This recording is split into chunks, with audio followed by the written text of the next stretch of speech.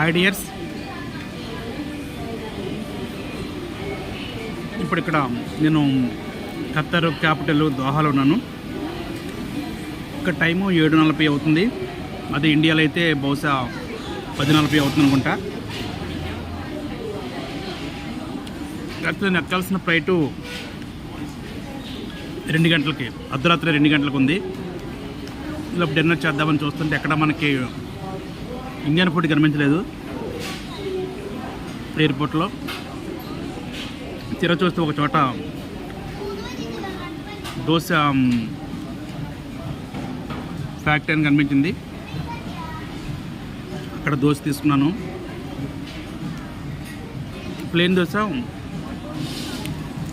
35 riyals అట. అది Indian కరెన్సీలో 834 రూపీస్ అయింది. అది మన రాజమండ్రిలో